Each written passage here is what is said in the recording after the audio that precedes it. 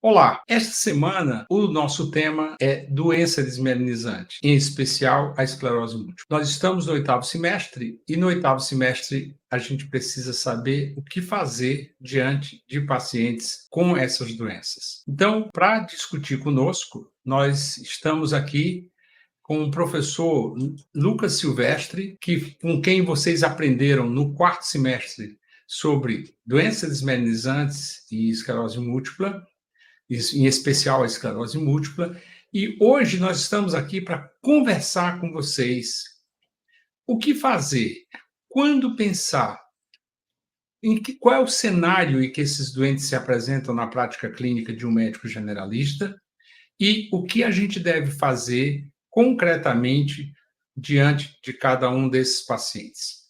Professor Lucas, muito obrigado, seja bem-vindo. Obrigado, doutor João. É um prazer estar aqui com vocês e vamos lá para o nosso bate-papo aqui, né? Vamos tentar fazer uma coisa bem informal e Isso, a gente conversar um pouquinho sobre doenças desmielinizantes aqui no oitavo semestre. perfeito. Lucas, nós podíamos começar abordando a doença, que eu diria, a doença símbolo das doenças desmielinizantes, né, em neurologia, que é a esclerose múltipla. Mas antes disso, eu queria abordar com você um conceito de doenças desmielinizantes, de doenças desmielinizantes, né? Então, qual é a diferença entre doenças desmielinizantes e doenças desmielinizantes, professor? Perfeito, doutor João. Então, assim, a- as doenças com I, desmielinizantes, como o prefixo está dizendo, dis é de difícil, né? Então, há uma dificuldade na formação da bainha de mielina. São doenças raras, né? Geralmente em bebês ou crianças, onde há uma deformidade ou dificuldade na formação da bainha de mielina, isso vai cursar com sintomas neurológicos variados, a depender da doença que a gente está falando. Por outro lado, as doenças desmielinizantes com a bainha de mielina foi formada durante a infância, e agora, de uma forma adquirida, depois de alguns anos de idade, o paciente vai passar a ter um ataque contra essa bainha de mielina, que foi bem formada durante o período de infância, mas agora ela está sendo atacada por uma doença autoimune, no caso, né. Então as doenças desmielinizantes com a gente está se referindo a doenças autoimunes contra a bainha de mielina do sistema nervoso central, né, contra a bainha de mielina formada pelos oligodendrócitos, não é verdade? Muito bem, perfeito. Então, entre as doenças desmielinizantes, a doença, digamos, mais conhecida, a doença símbolo, digamos assim, dessa categoria de doenças neurológicas, é a esclerose múltipla, né? É, professor Lucas, qual é o cenário em que eu vou estar diante de um paciente ou de uma paciente e vou desconfiar? Eu posso estar diante de alguém com esclerose múltipla. Qual é o cenário? Que apresentação é típica? Claro que existem as apresentações atípicas, mas a apresentação típica. Perfeito, doutor João. Então eu acho que para os alunos da graduação é melhor a gente focar no que é mais típico, não é verdade? Então, Isso. vamos aprender a reconhecer um paciente típico de esclerose múltipla, né. Então lembrar que é uma doença mais comum em mulher do que em homem, numa proporção estimada de 2:1. É 2 vezes mais comum em mulher do que em homem.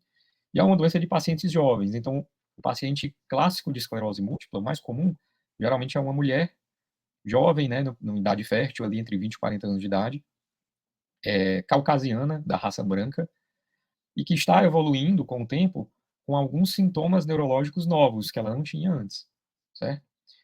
Esses sintomas neurológicos que vão se desenvolver ao longo do tempo, cada sintoma desse que aparece de forma aguda, a gente chama de surto, mas não é um surto psiquiátrico, né? É um surto neurológico, certo? Isso. Então, o quadro clássico de esclerose múltipla vai ser esse paciente que está se apresentando com surtos de sintomas neurológicos novos ao longo do tempo.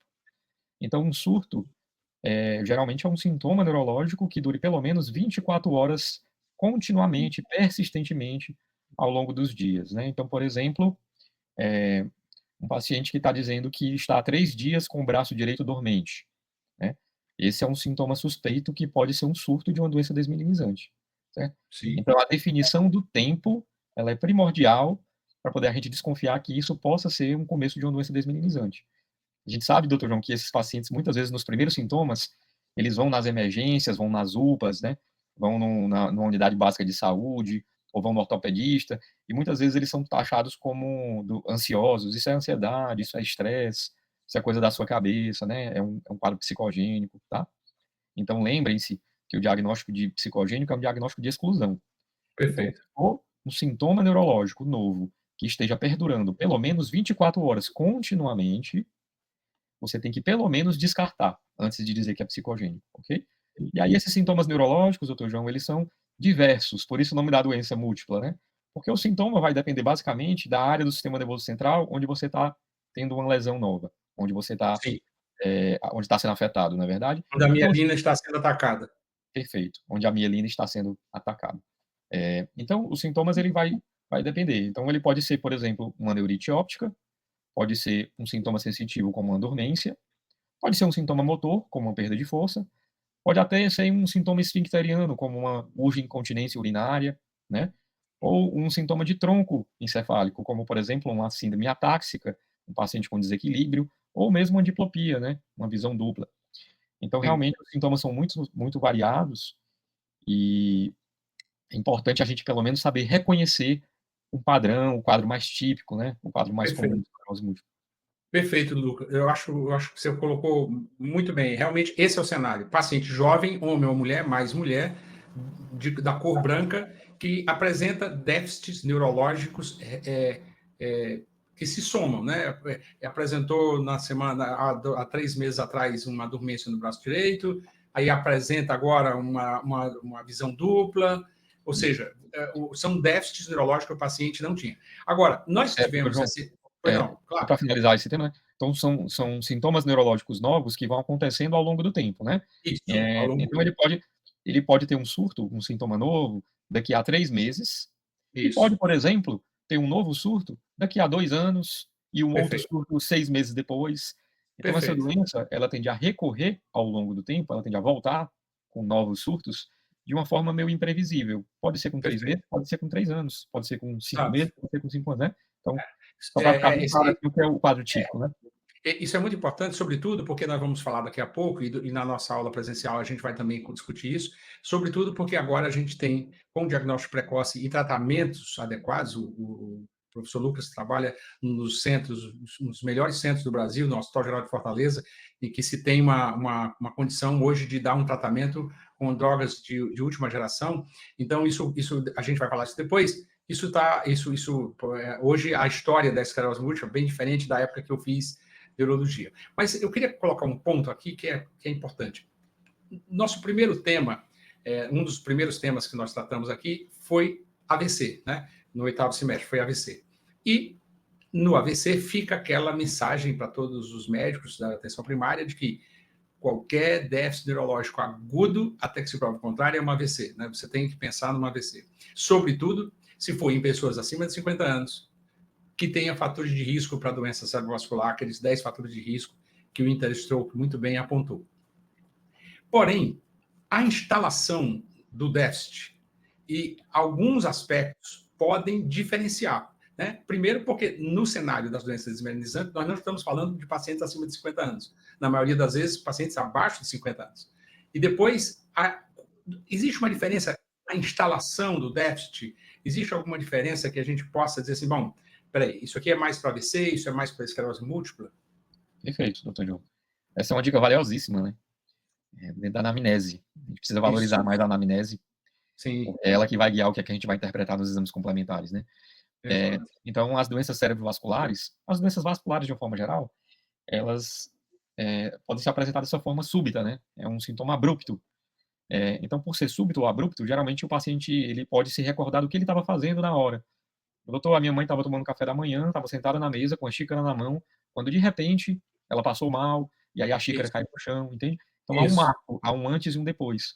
Porque antes isso. o paciente era rígido, era normal, e depois ele passou a ficar doente, né? Então geralmente quando uma doença de apresentação abrupta, súbita, geralmente há um marco na história. Na esclerose múltipla, a gente não tem uma apresentação súbita, geralmente é uma apresentação aguda, né? Então, é como eu falei: "Doutor, tem mais ou menos 2, 3 dias que eu tenho percebido que o meu braço direito tem ficado dormente e está assim desde então", entende?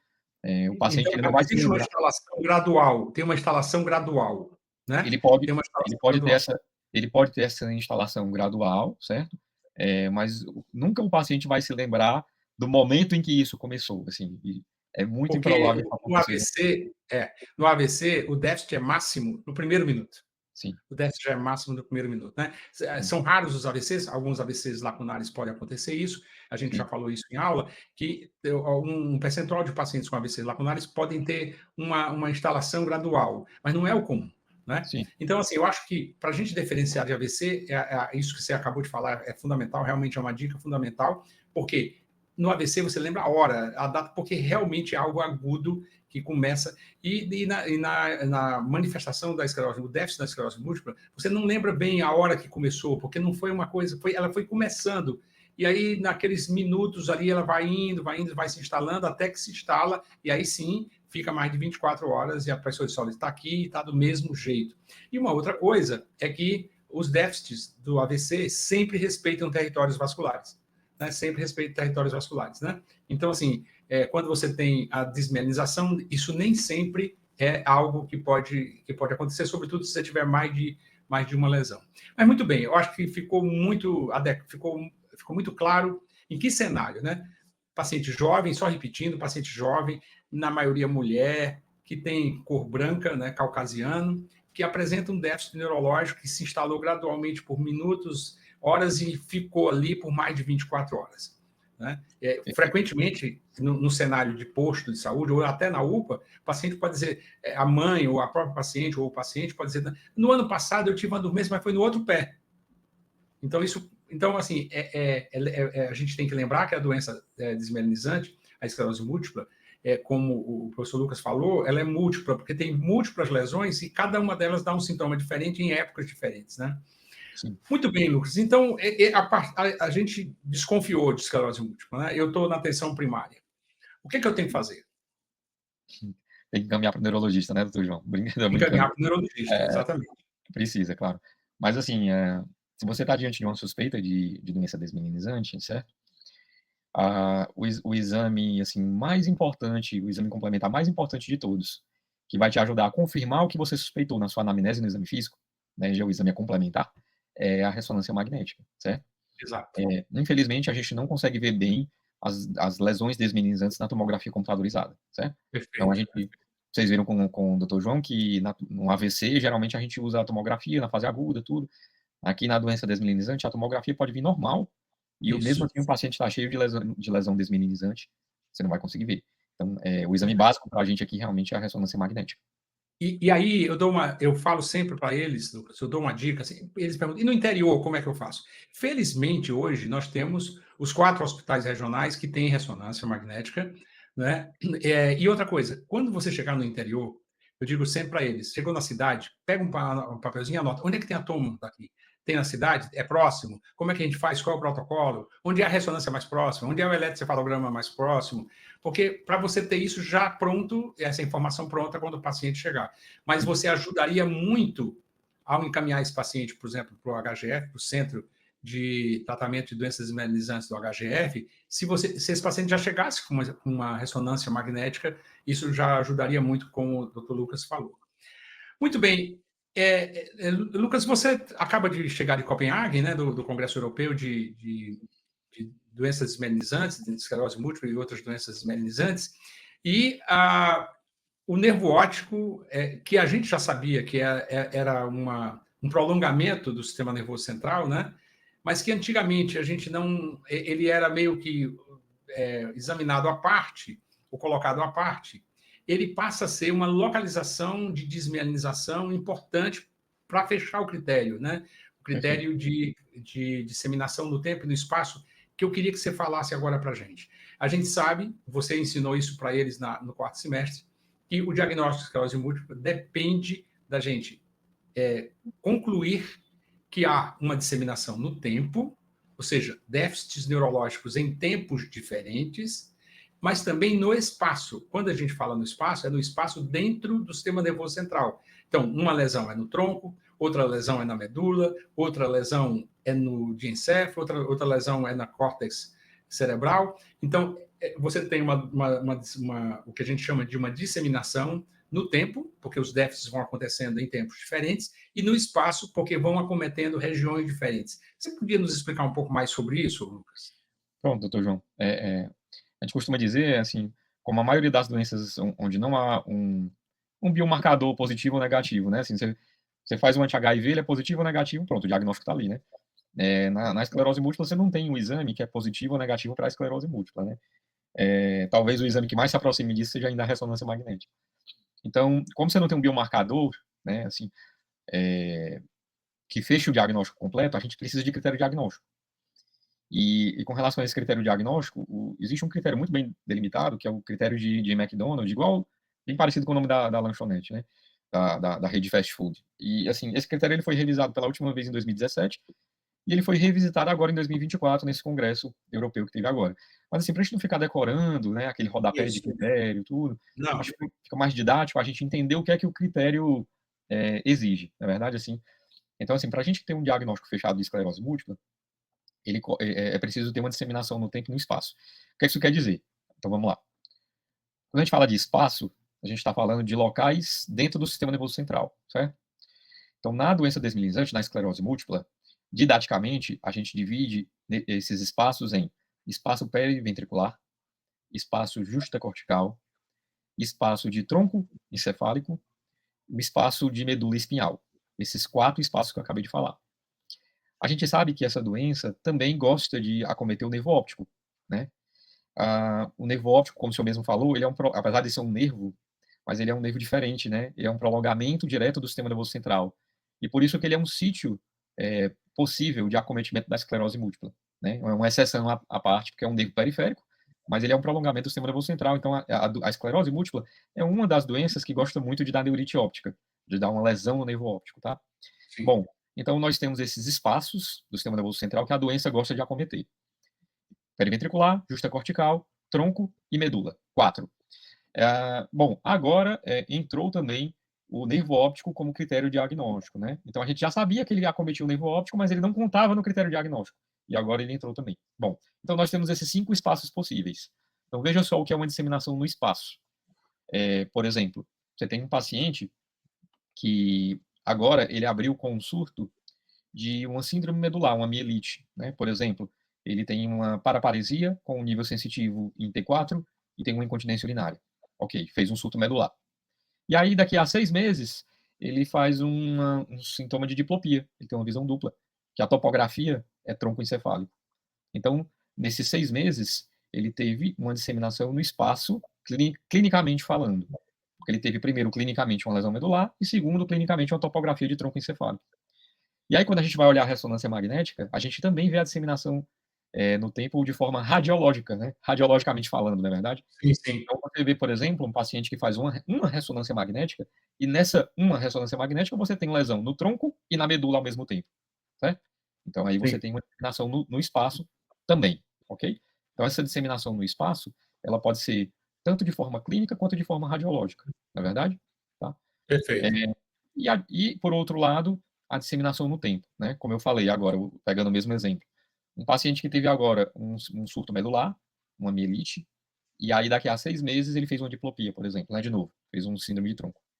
Então, 6 meses depois ele fez um sintoma neurológico novo, ou seja, houve uma disseminação no tempo, porque ele teve uma lesão hoje e vai ter uma lesão daqui a 6 meses. Então, ele teve lesões, sintomas, surtos em tempos diferentes, ok? Perfeito. Então, clinicamente, a gente viu agora um exemplo de disseminação no tempo. E radiologicamente, a gente também pode ver isso. Quando, por exemplo, você pega uma ressonância magnética hoje e você vê que tem lesões, e daqui a 6 meses, por exemplo, apareceram 2 lesões novas que não tinha na primeira ressonância. Então, apareceu lesões em tempos diferentes. Então, houve disseminação no tempo. E outra forma de ver isso é quando você tem uma ressonância só e você tem lesões que têm realce ao contraste e lesões sem realce ao contraste. Sim. Capta Simultaneamente. ou não contraste. Isso, que captam e não captam contraste. Isso. Simultaneamente, no mesmo paciente, lesões captantes e lesões não captantes. Então, significa o quê? Quando você tem uma lesão realçando ao contraste, significa que aquela lesão é nova. Ela tem menos de um Entendi. mês. Isso E se mesmo. você, e se você tem lesões não captantes, significa que são lesões mais antigas, que têm mais de um mês. Portanto, numa ressonância só, às vezes, a gente já consegue cravar, a gente já consegue fechar que o paciente tem a disseminação no tempo, porque ele tem lesões em idades, em tempos diferentes. E aí a gente exemplifica agora uma disseminação no tempo de forma radiológica, não é verdade? Perfeito. Perfeitamente, ficou muito claro. Então, está muito bom porque a gente colocou o cenário em que a gente encontra isso, a gente agora colocou o que a gente. Claro que, sendo um médico generalista, você deve encaminhar para um neurologista. No caso do serviço público, encaminha para o Hospital Geral de Fortaleza ou para o Hospital das Clínicas. São dois centros que têm serviços públicos que trabalham com a doença desmielinizante, então você deve encaminhar o mais rápido possível. Lembrando que esse diagnóstico ele vai ser dado quando a gente conseguir comprovar que há uma disseminação no tempo e no espaço. Perfeito, ficou ótimo isso. Mas você falou do nervo óptico, e o nervo óptico ele está entrando agora como um protagonista, né? Também, a localização também protagonista nisso, nos critérios diagnósticos. Mas muitas vezes você tem apenas o acometimento do nervo óptico. Né? Então, você tem uma paciente jovem que, de repente, ela passa a ter uma diminuição da visão de um olho só e acompanhado de um dolorimento, enfim, de todo um quadro que você já vai nos passar o que é esse quadro. E aí, Lucas, eu queria que não só você nos passasse qual é o quadro da neurite óptica, como a gente também fizesse assim, quando é que a neurite óptica é só uma neurite óptica? Ou quando é que a neurite óptica ela faz parte ou é a primeira manifestação de uma outra doença como a esclerose múltipla, por favor? Perfeito, doutor João. Então, quando a gente estava falando até agora de esclerose múltipla, a gente comentou que um dos sintomas, dentro do múltiplo, né, doutor João? Um dos sintomas que a esclerose múltipla pode dar é a tal da neurite óptica. Então, a neurite óptica é uma lesão do nervo óptico, ok? Só que a esclerose múltipla não é a única doença que pode dar essa tal de neurite óptica. Tem outras doenças que também podem se apresentar dessa forma. Então, neurite óptica não é uma doença, é uma síndrome, né? É um paciente que está tendo um sintoma de neurite óptica, tá? Bom, identificando padrões, né? Vamos lá. Como é que é um paciente típico de neurite óptica? Como é uma lesão do nervo óptico, e o nervo óptico está atrás do globo ocular, é um sintoma muito comum na neurite, é a dor à movimentação ocular. O nervo óptico ele é como um cordão, e se esse cordão está inflamado, quando o paciente mexe o globo ocular, ele vai tracionar o tendão. E Sim, esse tendão está inflamado, e tudo que está inflamado gera dor. Então é muito comum na neurite óptica o paciente ter dor à movimentação ocular. Veja que é um sintoma muito peculiar, né? Só dói sim, quando mexe o olho, só dói quando olha para o lado, não é verdade? E isso. às vezes, assim, uma dica de quem já viveu muito isso, às vezes o paciente não fala isso espontaneamente. E às Sim, vezes sim, você tem que perguntar verdade. especificamente na história. Sim, é Mas verdade. mas dói, como é que é a dor? A dor é pior quando mexe, quando olha para o lado, quando olha lá para o lado, lá para o extremo do olhar. Dói, dói, doutor. Bom, então esse sintoma ele não está presente em todos os casos de neurite óptica, não é um sintoma que vai estar 100% das vezes, mas ele é um sintoma muito característico, realmente é muito comum acontecer. E a gente está falando do que é mais típico, né, doutor João, aqui? Isso, isso. Vamos tirar as exceções de hoje, né? Exato, exato. Exatamente. Mas além da dor à movimentação ocular, geralmente o sintoma que mais vai chamar a atenção, claro, é o sintoma visual, né? Já que a gente está falando da área assim, nobre da visão, que é o nervo óptico. Portanto, é muito comum que os pacientes cheguem se queixando de uma alteração da acuidade visual monocular, de um olho só, né? Já que a maioria das as neurites ópticas, a maioria delas se apresenta de forma unilateral. É uma Lateral. formação, né? Pode Muitas acontecer, vezes, muitas pode, vezes o paciente diz assim: quando eu fecho um olho, eu enxergo bem, quando eu fecho o outro, eu não enxergo bem, mostrando o olho, que é exatamente o olho que dói quando eu viro de um lado para outro. perfeito. Então existem situações em que o paciente chega com a neurite óptica simultânea nos dois olhos, mas é o menos comum, né? Vamos focar É no que é menos, mais menos. típico, né? Então, o mais comum Exato. de longe é a neurite ser num olho só, e acontece isso que o doutor João está falando. Ele tapa um olho é normal, e tapa o outro olho, ele vê uma mancha. Então, o sintoma mais comum realmente é o sintoma visual. E aí, esse sintoma visual ele pode se apresentar como sintoma de acuidade visual, ou seja, o paciente não enxerga o que está longe, ele só vai ter que chegar bem pertinho para conseguir enxergar. Isso. Ele pode ser um sintoma de cor, uma descromatopsia, e aí ele não vai conseguir perceber bem a tonalidade das cores, as cores vão ficar com a tonalidade mais, digamos, defasada, o vermelho não é mais tão intenso como era antes. E o Cores sintoma, pastéis. isso, os pastéis. E então, além do sintoma de acuidade visual, do sintoma de cor, ele também pode ter o sintoma de escotoma. Então ele pode referir uma mancha no campo visual. E ele fala bem assim, ele tapa o olho e fala: "Doutor, o sintoma aqui no meio, no centro do campo da minha visão, tem uma mancha, tem uma névoa, tem uma cortina". Essa mancha às vezes é preta, às vezes ela é branca, enfim, mas geralmente ela é mais no meio da visão e é clássico também, é bem comum. Então a apresentação típica de neurite óptica é um paciente que está se queixando, de uma alteração visual, num olho só, dificuldade para enxergar, pode ter mancha ou não, e pode ter a alteração de cromatopsia, de coloração, né, a definição de cores, né. E a dor à movimentação ocular, que é um marco também, que é um achado específico de neurite óptica, mas que nem Perfeito. sempre vai estar presente. Isso. E aí, isso pode ser uma neurite ótica isolada, que a pessoa vai ter uma vez na vida e vai viver muitos anos depois sem nenhum problema. Então, Mas perfeito, é isso. Eu ia falar justamente isso, que assim, reconhecida a neurite, ok, agora vamos saber qual foi a causa da neurite, né. Qual é a isso, doença que tem por detrás, não é verdade? Pronto. isso. Então, reconheci a neurite, agora vamos ver o que está acontecendo por detrás disso. Será que essa neurite que começou agora é um começo de uma esclerose múltipla? É Sim, uma neuromielite óptica? Ou não é doença nenhuma, era só uma neurite óptica isolada, certo? E aí a gente vai ter que fazer a ressonância magnética, portanto, todo paciente com neurite óptica, para a gente confirmar o diagnóstico, idealmente, a gente tem que fazer uma ressonância magnética de órbita e idealmente de crânio também. De isso. órbita, porque a gente quer flagrar a neurite, que na maioria das vezes a inflamação ela é retrobulbar, ela está Isso, atrás da papila do nervo óptico. Então é exato. perfeitamente comum um paciente com neurite óptica vir do oftalmologista com fundo de olho normal, e o oftalmologista não consegue ver, a gente até tem essa mnemônica, né, doutor João? O oftalmologista não vê e o paciente não vê, né. Então assim, o paciente não está enxergando direito e o oftalmologista faz um fundo de olho que é normal. É, Porque a alteração ela é retrobulbar, ela está atrás da papila do nervo óptico, isso mesmo. e realmente a porção retrobulbar o oftalmologista não consegue ver no exame físico, e a É, gente só vai conseguir ver na ressonância magnética de órbita. Mas, exato. além da ressonância de órbita, tem que fazer a ressonância do cérebro também, do encéfalo. Por quê? Verdade.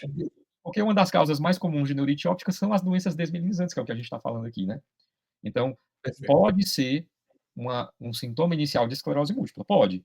Se assim o for, quando fizer a ressonância, você vai ver lesões, desmielinizantes muito características de esclerose múltipla, e aí você pode contribuir para fechar um diagnóstico precoce para esse paciente, que faz toda a diferença na vida dele, né. É.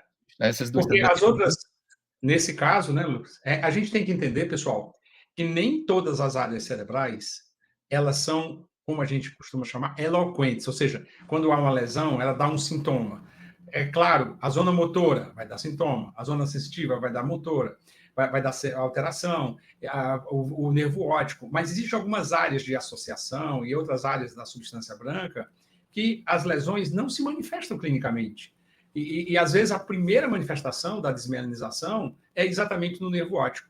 Por isso que todas as vezes que você está diante de um paciente que tem uma neurite óptica, é fundamental que você faça uma ressonância da órbita, e a ressonância com sequências sem e com contraste, é importante isso, e do crânio. E muitas vezes, se essa do crânio tem uma ou outra lesão, a gente faz de todo o neuroeixo, ou seja, a gente completa com a ressonância das colunas cervical, torácica e lombosacra, não é isso, Lucas? perfeito, doutor João. Então, essa é uma informação extremamente relevante para os alunos, que nas doenças desmielinizantes, por exemplo, na esclerose múltipla, nem todas as lesões vão dar sintomas. Cuidado, hein. Isso, isso. Então, às vezes, de vez em sempre, né, doutor João, a gente se depara com essa situação em que o paciente teve o primeiro sintoma da vida dele, o primeiro sintoma neurológico da vida dele, e ele fez uma ressonância e tem outras lesões que estavam lá um tempo atrás de forma assintomática. Até que, finalmente, algum dia, ele teve uma lesão nova que afetou uma área mais eloquente e deu um sintoma físico, né, um sintoma motor, Perfeito. cognitivo, etcétera. Bom, portanto, na neurite óptica, a gente viu mais ou menos um quadro típico, mas toda vez a gente tem que se perguntar, assim, qual foi a causa dessa neurite, né. Portanto, a gente tem que fazer ressonância magnética, órbita, encéfalo, tudo. Mas, doutor João, às vezes o paciente não tem nenhuma outra doença. Às vezes ele só tem uma neurite óptica isolada. O que é que isso quer dizer? Isolada quer dizer que não há nenhuma outra lesão no sistema nervoso central. A lesão era isolada no nervo óptico. Ou seja, Perfeito. era uma neurite óptica simples. Esse paciente, e essa informação que eu vou falar também é muito relevante. Esse paciente ele precisa ser acompanhado, hein. Não é aquele Sim, paciente que você dá corticoide alta e nunca mais vai ver na vida. Esse paciente perfeito. ele tem que ser seguido e tem que fazer ressonância idealmente de ano a ano, de 12 em 12 meses, porque isso pode ser um sintoma inicial, uma primeira lesão de um espectro de uma doença desmielinizante, que daqui a alguns anos pode vir a se tornar a tal da esclerose múltipla. E um conceito para os alunos que eu acho que é fundamental é que cada vez mais cresce o corpo de evidências científicas dizendo que quanto mais precoce é o tratamento, o diagnóstico e o tratamento, melhores são os resultados, melhor é o follow-up desses pacientes. Muito bem, Lucas. E agora, já para chegar no nosso, num outro tema que a gente vai tocar, eventualmente, a gente sabe que pacientes podem apresentar uma esclerose, uma neurite óptica, e horas depois ou dias depois apresentar uma lesão medular. Os alunos aprenderam que lesão medular é igual a nível sensitivo e distúrbio esfincteriano, ou seja, é aquele paciente que tem uma neurite óptica, eventualmente bilateral, e essa neurite óptica, dias depois, se acompanha, o paciente chega dizendo que agora não está só não enxergando, ele também agora não está conseguindo mover as pernas, não está conseguindo caminhar, e ele tem um quadro típico de comprometimento medular. Nesse caso, a gente tem uma doença que a gente chama que é a neuromielite óptica, né? Neuro, do sistema nervoso, mielite da medula e óptica de nervo óptico. Antigamente, a gente achava que a neuromielite óptica era uma forma de esclerose múltipla. Mas isso mudou, vocês devem ter aprendido com o professor Lucas no quarto semestre.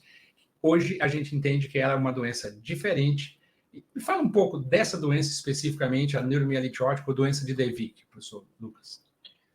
Doutor João, especificamente essa doença, para a gente ela é muito interessante por o seguinte motivo. A gente meio que acompanhou o surgimento e o Sim, entendimento da doença ao longo dos anos. É muito bonito de ver isso, né? Então, para quem gosta de ciência, assim, é muito isso. bonito a gente conseguir ver a descoberta do anticorpo, a fisiopatologia, os sítios que estão sendo acometidos. Então, só uma curiosidade, até 2005, como o doutor João falou aí, essa doença era considerada uma variante de mau prognóstico da esclerose múltipla. E aí, Exato. atualmente, depois de 2005, que a gente começou a ver que era uma doença diferente, totalmente diferente, uma fisiopatologia diferente, com a descoberta do anticorpo anti-aquaporina 4, que é o marco da Exato. doença, que é um anticorpo que tem um papel patogênico direto, né? É um anticorpo que vai se ligar aos canais de aquaporina 4, lá nos pés dos podócitos, dos astrócitos, e vão dar as inflamações características da doença, né? Bom, Isso, exatamente. então essa tal de neuromielite óptica, vamos reconhecer o que é o quadro típico, né, doutor João? Então, Sim, isso. bom, como o nome está falando, o que é mais clássico da doença é a neurite óptica e a mielite transversa. Só que, ao longo dos anos, a gente foi descobrindo que essa doença também poderia acometer outros sítios dentro do sistema nervoso central. Então, Sim, hoje, a gente divide os sítios de acometimento da neuromielite em nervo óptico, medula espinhal, tronco encefálico, as lesões cerebrais e as lesões diencefálicas. Essas são as cinco topografias possíveis de acometimento. Ah, eu esqueci de comentar a tal da síndrome de área pós-trema, né, que realmente também é um clássico também da neuromielite óptica. Então, falando sim. resumidamente, assim, mais ou menos o que é cada Claro, um, claro, isso mesmo. a Essa é a a ideia. a neurite óptica, que vou puxar o gancho aqui da neurite, que a gente já vinha falando, né, para dar uma Sim. continuidade. A neurite óptica, vocês já entenderam como é que é a apresentação, só que tem uma diferença da neurite da esclerose múltipla da neurite da neuromielite óptica. Assim, Na é neurite óptica. diferente, é. A neurite óptica da esclerose múltipla geralmente é uma neurite mais, vou usar um termo popular, é uma neurite mais benigna, é uma neurite mais boazinha, digamos assim, menos grave.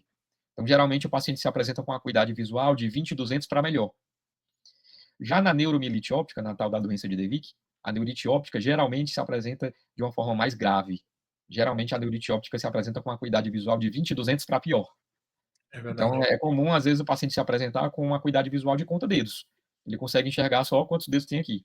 Assim, realmente, a gente chama isso de cegueira funcional, né? Isso. Então, é uma neurite mais grave, o tratamento tem que ser mais rápido.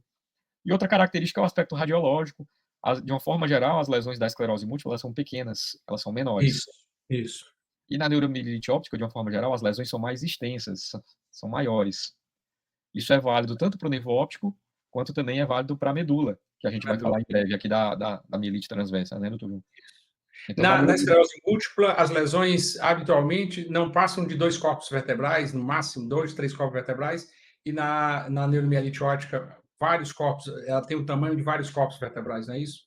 perfeito. Na neuromielite óptica, geralmente, ela é maior ou igual do que 3 segmentos vertebrais. Então, quando a gente está vendo a coluna no córtex sagital, a mielite é tão extensa que ela se estende por pelo menos 3 corpos vertebrais contíguos Sim, em sim, sequência. Essa é a isso. definição de um termo que a gente chama de mielite transversa longitudinalmente extensa. Isso, A mielite exatamente. da esclerose múltipla é uma mielite não extensa, é uma mielite pequena, focal. Isso. E a mielite da neuromielite óptica é uma mielite transversa longitudinalmente extensa.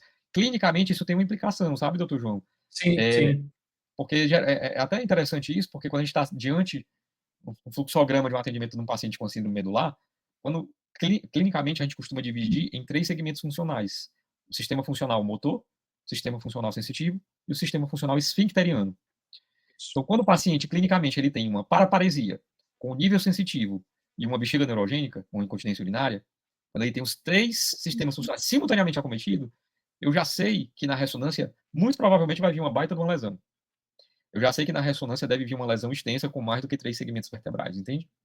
Na Claro. esclerose múltipla, o paciente quase nunca se apresenta com os 3 sistemas funcionais simultaneamente acometidos.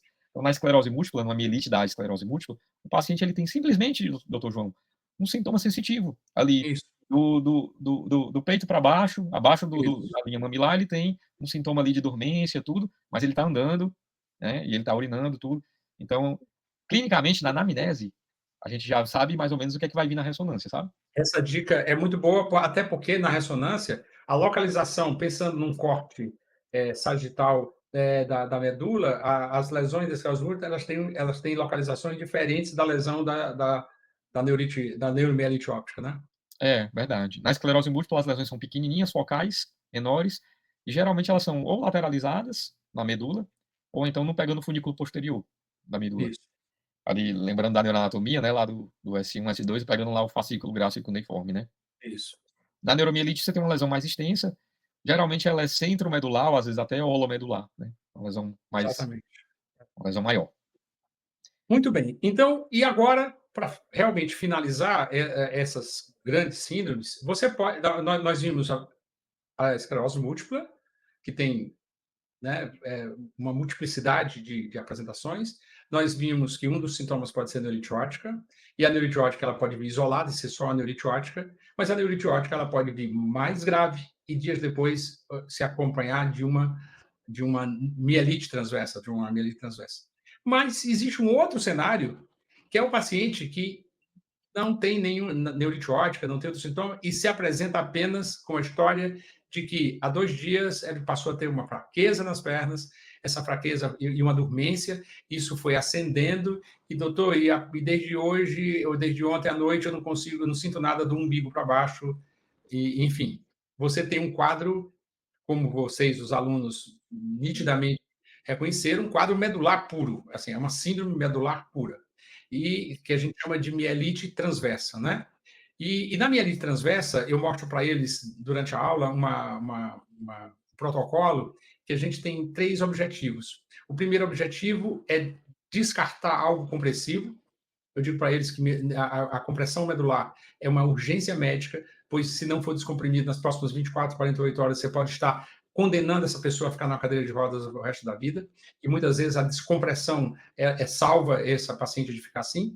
Depois que você descarta a compressão por um exame de imagem, o segundo passo é saber se tem inflamação, e aí uma punção com o exame do líquor, para a gente saber se tem inflamação, e depois para a gente ter uma ideia e depois para a gente ter uma ideia em relação ao tratamento em si, para a gente definir Então, Lucas, eu estou na UPA e chega um paciente jovem, jovem, qual é a faixa etária da mielite transversa? Paciente Ge de Geralmente são pacientes mais jovens também, doutor João, mais jovens também? mas é só uma ressalva, né, assim, se a causa for a neuromielite óptica, ela também pode acontecer o que a gente chama de late onset, né, também pode acontecer no paciente idoso. Mas Sim, sim, sim. estatisticamente falando, realmente a maioria são pacientes jovens. Então, o E paciente, eu falando agora, não dá mais da neuromielite, mas só da mielite transversa. Então, eu estou na UPA, chega um paciente, na maioria das vezes um paciente mais jovem, né, embora possa acontecer mais idade, e que tem uma síndrome medular, que é evoluindo nas últimas 24, 48 horas. É isso o cenário? perfeito. E só lembrando, tá, o mesmo raciocínio do que eu falei da neurite óptica. A síndrome medular não é a doença, tá. Igual a neurite óptica, assim, Isso, a isso. gente, ok, definimos que a síndrome e tudo, a apresentação é a neurite óptica, ou no caso agora é a mielite transversa. Agora, qual é a causa dessa mielite? Né, era isso que o doutor João estava falando no fluxograma, tá. Isso. Então, é perfeito isso. Geralmente, na anamnese, a gente vê aquilo que eu comentei dos 3 sistemas funcionais, né, motor, sensitivo e autonômico, para ter uma noção da extensão da lesão. E no fluxograma, o primeiro passo do fluxograma de todo atendimento de um paciente com suspeita de lesão medular, de síndrome medular, como o doutor João falou, é a ressonância magnética. É isso mesmo, é o primeiro exame. Porque a gente precisa descartar a compressão, que é o que é mais urgente. Pronto. Descartado a compressão, vamos para o segundo passo, né? Que aí a gente vai fazer uma investigação para saber se essa síndrome medular que o paciente tem, ela é inflamatória ou não inflamatória, porque aí são causas totalmente diferentes, certo? Quando ela é inflamatória, a gente costuma chamá-la de mielite transversa. Quando ela é não inflamatória, a gente costuma chamá-la de mielopatia, certo? Isso. Pronto, é o termo que a gente costuma usar, tá? É. Então, a definição de mielite transversa, ou seja, de que tem algum componente inflamatório, ela precisa ter ou o líquor com pleocitose, ou o líquor com produção de autoanticorpos, a gente vê isso, através da eletroforese de proteína ou de um exame chamado pesquisa de bandas oligoclonais, né, que são exames para saber se está tendo síntese de anticorpo dentro do sistema nervoso central. Então, líquor com pleocitose, líquor inflamado, síntese de imunoglobulina dentro do sistema nervoso central, ou, que é o que a gente costuma ver mais na prática, é o realce ao gadolínio na ressonância magnética. Se o paciente tiver um desses 3 que eu acabei de falar, geralmente é esse o critério que a gente usa para definir um componente inflamatório e chamar de mielite transversa. E dentro da mielite transversa já abre as caixinhas do fluxograma para as causas de causas inflamatórias, sendo uma delas as doenças desmelinizantes que a gente estava falando agora no começo da aula, esclerose múltipla, neuromielite óptica, e tem outras doenças autoimunes inflamatórias também, como por exemplo as colagenoses, né, lúpus, Sjögren, sarcoidose, doença de BC, que são outras doenças mais raras, digamos assim. Oi, doutor. Aliás, foi muito bom você ter tocado nisso, Lucas, porque para a gente ter colocar para os alunos que várias doenças, sobretudo as doenças autoimunes não neurológicas, elas podem dar alterações de imagem no cérebro, à semelhança, o que podem sugerir, o que podem parecer doenças desmelinizantes. Então, assim, é muito importante no primeiro approach, no primeiro abordagem desse paciente com suspeita de doença desmelinizante, a gente fazer um screening, né? Hematológico e bioquímico e de doenças autoimunes. Você acha isso fundamental? Com certeza, até porque o critério diagnóstico de todas essas doenças desmelinizantes que a gente está falando, lá no rodapé do critério diagnóstico está escrito um asterisco em letras pequenas, que é um É, diagnóstico de exclusão. é Então a verdade. gente sempre tem que fazer esse diagnóstico, porque nem toda mancha branca lá na ressonância magnética vai ser a tal da esclerose múltipla, né. Então, existem Exatamente. outras doenças que às vezes podem simular, mas é importante lembrar que a tal da esclerose múltipla, ela tem uma assinatura radiológica, doutor João. Então assim, Sim, as lesões, elas não são de qualquer forma, elas têm uma morfologia, uma distribuição muito sui generis da esclerose múltipla. Então a gente tem uma curva de aprendizado para isso, a gente costuma dizer o olho treinado, né, e olhar e reconhecer aquele padrão característico da doença perfeito. desmelinizante. Perfeito. Elas têm um caráter, elas são lesões mais ovaladas e elas são meio que perpendiculares, né? Elas têm toda uma forma diferente das lesões melanizantes provocadas por outras doenças. Isso. E só para finalizar, a gente estava falando do fluxograma, né, da síndrome medular, certo? Aí a gente falou do primeiro passo, que era a ressonância, descartou causa compressiva, vamos definir se é inflamatório ou não. Se não houver evidência de inflamação, a gente tem que lembrar de uma mielopatia. E aí são Sim. causas diferentes, como por exemplo, mielopatia vascular, que é como se fosse o acidente vascular medular, que é O AVC da o medula AVC da espécie. medula, né, vamos usar essa expressão para ficar mais fácil, É, né. Que pode ter uma apresentação súbita, mas às vezes pode ter uma evolução em degrau, em escada, eh, é diferente da isquemia do encéfalo, né, a isquemia da medula, ela pode ter uma curva, uma evolução um pouquinho diferente. Além disso, existe a mielopatia, metabólica, ou síndrome carencial, deficiência de vitamina B12, sim, sim, sim, deficiência de sim, sim. ferro, tudo, né, são mielopatias, né. Sempre Não lembrar de causas tratáveis, né? Que você causas pode tratáveis. tratar e melhorar muito o paciente. Isso. E no outro Sim, lado, doutor João, para finalizar, se é inflamatório, aí a gente tem que lembrar das causas autoimunes que eu falei e também as causas infecciosas, né, que aí sim. o líquor vai ajudar também. Porque aí, por exemplo, Cistosomose, por exemplo, neurosífilis, né, a gente está sempre passando neurosífilis, por epidemias de sífilis é constantemente, né. verdade. É. Então são causas infecciosas ali que a gente tem que estar lembrando, paciente imunossuprimido, tem que lembrar dessas causas, enfim. Bom, a ideia aqui e nós queremos passar para vocês, do oitavo semestre, não é ideia de tratamento especificamente porque seria, a gente teria que ficar mais uma hora conversando sobre as possibilidades terapêuticas, mas é muito importante que vocês tenham pelo menos um insight, já que vocês não vão necessariamente fazer essa terapia, vão caminhar para centros que onde essa terapia vai ser feita. Mas é muito importante, só que a gente, para concluir nossa conversa, possamos dar uma pincelada, Lucas, assim, no que a gente tem para esclerose múltipla, quer dizer, o que a gente faz na fase aguda, né? Porque é uma coisa mais ou menos igual para todas. O que a gente faz na fase crônica, sobretudo depois da fase aguda, na esclerose múltipla, nas 4 patologias que nós abordamos nessa nossa conversa. Perfeito, doutor João. Então, na fase aguda, geralmente a gente define a fase aguda dentro dos primeiros 30 dias, né? Geralmente, quando o paciente chega para você e ainda está dentro dos primeiros 30 dias de sintoma, geralmente a gente vai pensar em tratamento de fase aguda, que o principal realmente é a famosa pulsoterapia intravenosa com metilprednisolona, com corticoide, numa dose alta de 1000 miligramas dia, por 3 a 5 dias. De uma forma geral, essas doenças autoimunes que a gente está comentando, elas podem responder a esse tratamento. Seja um surto novo de esclerose múltipla, seja um surto novo de neurite óptica, de mielite ou de neuromielite óptica aqui, né? Bom, isso na fase aguda, geralmente isso é feito intra-hospitalar, pode ser feito em centro de infusão ou internado, tudo. Tem que lembrar de fazer antihelmíntico, né, só por conta do risco de estrangiloidíase. Sim. Pode ser feito o albendazol, mas pode ser feito eu prefiro fazer a ivermectina, que é dose única e acabou-se. Perfeito. Mais Perfeito. prático.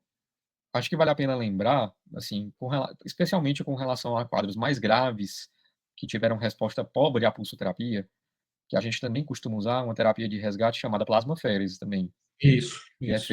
é feita durante a internação hospitalar, e geralmente isso é acompanhado pelo médico especialista, mas é interessante saber que existe isso, além da pulsoterapia.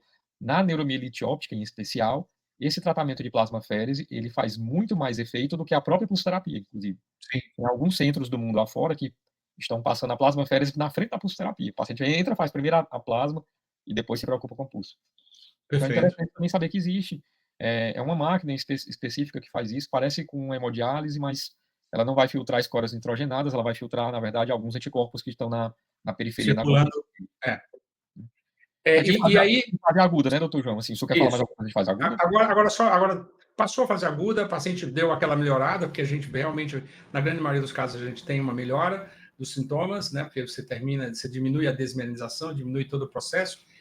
Aí a gente vai agora evitar, no caso da esclerose múltipla, novos surtos, né? Então a gente vai trabalhar para que a pessoa não tenha novos surtos, já que a gente sabe que novos surtos não são só sintomas que eles trazem, eles vão trazendo alterações até degenerativas do próprio cérebro, enfim. Então, Perfeito. esse tratamento para evitar o surto, a gente faz com drogas imunomoduladoras, né? Já que é uma doença autoimune, a gente usa drogas, a gente usava pelo menos mais no início, drogas imunomoduladoras. Como é que é feito hoje esse tratamento, Lucas, em linhas gerais e para os alunos? Perfeito, doutor João. Então, assim, só lembrando, né, a gente já conhece a história natural da esclerose múltipla. Se a gente não faz um tratamento de manutenção, um tratamento para controlar a doença, como o doutor João falou, para evitar novos surtos, se a gente não faz esse tratamento, é uma doença que vai evoluir com o tempo. Ou seja, se a gente não faz nada, a história natural da doença é aparecer novos surtos, porque estão aparecendo novas lesões no sistema nervoso central. E quanto mais lesões, mais incapacidade para o paciente, mais sequelas, né? Isso. Então é uma doença que pode levar a sequelas irreversíveis. Doença séria. Mas tem tratamento, tem controle. Como que esse tratamento é feito? Fora da fase aguda, como o doutor João está falando, a gente é feito com drogas que vão agir no sistema imune do paciente. São drogas, existem classes de drogas imunomoduladoras que vão modular o sistema imune, mas a maioria delas são imunossupressoras. Elas vão ter algum grau de imunossupressão. Só para você ter uma ideia, doutor João, hoje, aprovados pela Anvisa, a gente já tem em torno de 13 medicações no Brasil, Anvisa, eu estou falando. Fora do Brasil tem mais. Medicações diferentes de tratamento de manutenção da esclerose múltipla. Então ficou algo tão específico, né, que geralmente virou um tratamento mais do especialista mesmo. Mas só para a gente ouvir falar aqui, dar uma pincelada, a gente divide esses tratamentos em baixa eficácia, média eficácia e alta eficácia. A gente divide em 3 degraus, né. De uma forma geral, há uma evidência crescente nos apontando que quanto mais cedo você chegar na alta eficácia, melhor vai ser para esse paciente lá na frente, a longo prazo. Então temos evidência, e no próximo ano vai sair um estudo muito robusto, que é o Treat-MS, que provavelmente vai inverter a pirâmide de tratamento. Então a tendência hoje em dia é tentar chegar na alta eficácia mais cedo possível. A grande dificuldade de vida real de Brasil é acesso, é acessibilidade. É conseguir acesso, porque a gente está falando de drogas de alto custo, doutor João. Isso, isso, Nós estamos no presente na era dos anticorpos monoclonais. Então hoje isso, a maioria dos tratamentos de esclerose múltipla são anticorpos monoclonais, então tem uma engenharia por detrás. São drogas isso. caras, realmente. E infelizmente a gente vive num país de terceiro mundo, né, então a gente Com tem essa dificuldade dificuldade de orçamento e tudo, de acesso. Mas, é. basicamente, a gente tem as drogas injetáveis subcutâneas, a gente tem comprimidos e a gente tem drogas endovenosas, certo? Os anticorpos monoclonais, a maioria deles são endovenosos. Os monoclonais, eles têm um alvo específico, eles vão agir em cima de uma molécula específica. Então a gente sabe o que Perfeito. esperar delas, assim, em termos de efeito colateral. Isso, Então isso, cada isso, isso. droga tem a sua peculiaridade, Peculiar. sabe. O que é que pode dar de efeito colateral, qual o cuidado que eu tenho que ter, qual é a infecção que eu tenho que ter cuidado. Então a gente já sabe mais Perfeito. ou menos os meandros aí, das drogas. Nós vamos disponibilizar para vocês, os alunos, nós vamos disponibilizar uma tabela com essas medicações e classificadas nessa ordem aí de baixa, média e Pronto. alta Eu acho eficácia, para que vocês tenham conhecimento disso. eu acho, doutor, para finalizar essa história do tratamento, eu vou falar aqui o que eu costumo falar para os meus pacientes no consultório mesmo. Eu digo para o paciente, olhando no olho dele, eu digo: "Olha, é um nome difícil, né, um nome estigmatizante, mas eu digo: tem tratamento, tem controle", e eu costumo dizer isso: a sala de espera do médico de esclerose múltipla mudou, de 10 anos para cá. O senhor entende o que eu estou querendo dizer? Perfeito, A perfeito, gente, perfeito. a gente tinha pacientes mais, limitados, com mais incapacidades físicas antigamente. Então hoje, quem descobre esclerose múltipla no ano de 2024 é totalmente diferente de quem descobriu lá atrás no ano de 2005, por exemplo. É muito Sim, diferente. sim, há 20 Sim. anos atrás, com certeza. Então mudou a sala de espera. Hoje em dia são pessoas normais, são pessoas, né, que não têm mais nenhuma sequela. Então é possível atingir isso, sabe. A gente melhorou muito. Eu acho que nesses anos todos, como neurologista, eu assisti a melhoria da intervenção neurológica terapêutica em AVC, enxaqueca, mas assim, eu acho que esclerose múltipla na área de desmelinizantes, eu acho que foi um dos maiores avanços de todos esses tempos. Professor Lucas, olha, muitíssimo obrigado. Eu sei que o senhor, como eu, gostamos de conversar e sobretudo, de um tema apaixonante, né, que é a É nossa verdade. profissão como neurologistas. Ficaríamos aqui conversando por horas, mas a ideia, eu acho que nós atingimos exatamente a nossa ideia inicial, que é dar para os alunos do oitavo semestre uma percepção assim, de como atuar, né, de como atuar nos pacientes com esclerose múltipla e como encaminhar esses pacientes, até reconhecer entre familiares ou amigos e poder encaminhar esses pacientes. Olha, muitíssimo obrigado por sua disponibilidade e para os alunos, a gente se vê na segunda-feira discutindo casos clínicos e colocando em prática tudo isso que aprendemos aqui com o professor Lucas Silvestre. Perfeito, doutor Muito João. obrigado. Eu que agradeço. Um abraço. Até mais.